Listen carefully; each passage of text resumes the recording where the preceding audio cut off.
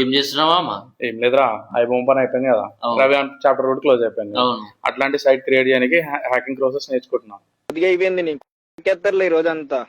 అట్లా నేర్చుకోకు. నా దగ్గర మంచిగా డిజిటల్ మార్కెటింగ్ కోర్సెస్ నేర్పించే వాళ్ళు ఉన్నారు మనలో. SEO అన్ని నేర్పించేస్తారు నీకు. అంటే యూస్ఫుల్ కోర్సెస్ నేర్చుకోవాలి. ఎందుకు పనికిరాని కోర్సెస్ నేర్పిస్తావా నీకు?